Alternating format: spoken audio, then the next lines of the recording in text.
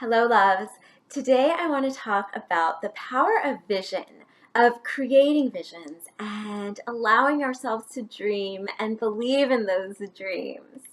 So, for as long as I can remember, I have been drawn to reading personal development, personal growth, self-help books. Even when I was in high school, I just always gravitated towards those sort of books. And so the past couple years, kind of the books, the teachers, the lectures that I've gravitated towards have all talked about the power of vision and just getting really clear in your vision of your life and your desires, and that vision will guide you and pull you forward, and that is perhaps one of the most important steps in co-creating with the universe the life that you deserve, the life that you are meant for.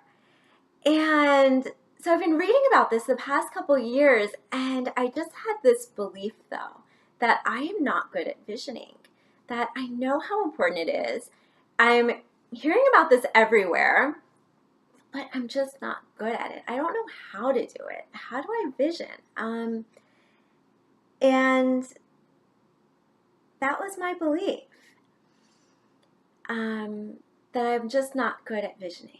And this morning, I was going through a visioning and meditation process because the past few months I have started practicing visioning, and I'm finding that it's a lot of fun and I'm getting better at it, and it feels really good, and it is pulling me forward. It is drawing me forward. And so I was in this process myself this morning, and I had a realization, an aha moment, as Oprah calls it, that the reason I thought that I was not good at visioning was because I blocked myself from it. You see, we're all really great at visioning. When we were kids, we did it all the time. Kids have such active imaginations. If you could just think back to your own childhood, or if you're a parent, I'm sure you see it in your kids today even. They have so much creativity, such a great imagination, and are constantly visioning, what the world looks like. And I remember when I was younger just thinking, it could just be so simple. Why don't adults understand? There's just these simple principles of how to live with kindness and to serve the world in the best way, and it doesn't have to be that hard, and then you grow up and you get all caught up in your day-to-day stuff, and you kind of forget that. You forget those visions, and you start to build these beliefs that those visions are just daydreams, and they aren't real, and they aren't something that we can actually create, because I'm caught up in this rat race, and I have this and this and this and this to do today and tomorrow and the next day. And you start to believe that those visions aren't worth investing in. And that's a natural process. That arises from our ego. That arises from our ego and our mind as a way to protect itself.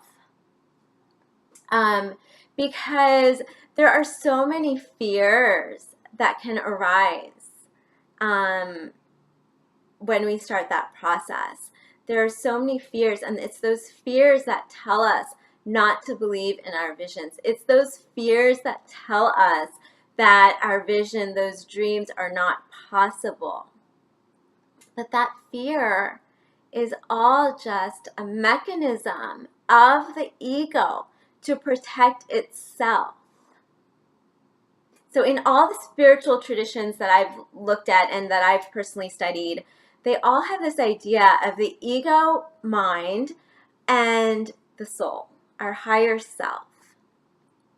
And fear arises when we see ourselves as separate from our higher self, which is the ego.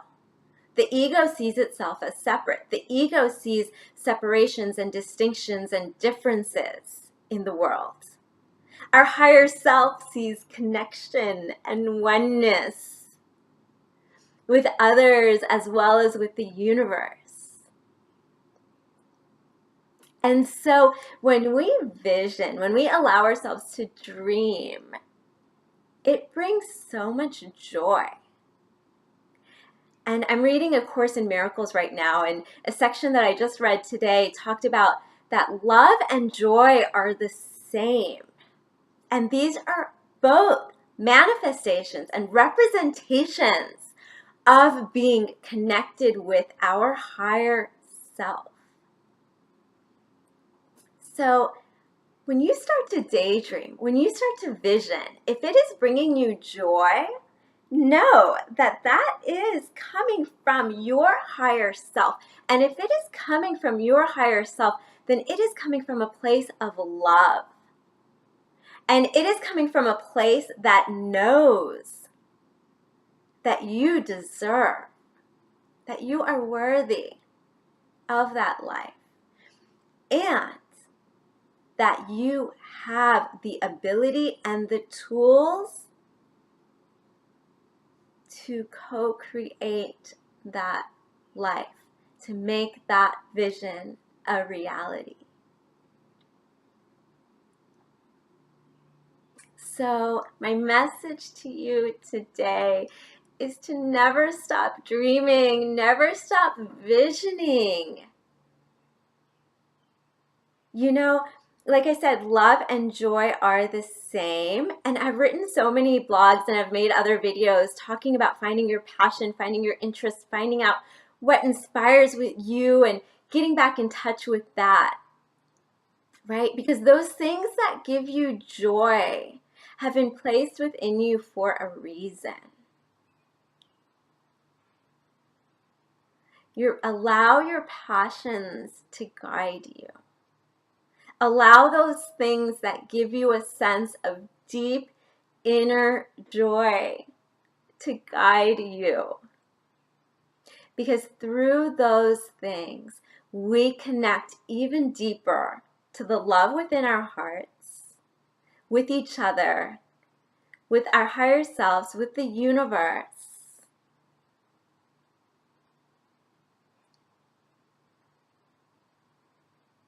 And we're able to create the life that we envision. What is one thing that you have visioned, that you can remember thinking back, maybe just a few years ago, maybe back when you were a child, that you remember visioning, that you kind of gave up on, or that you let fear block you from continuing to dream or experience that?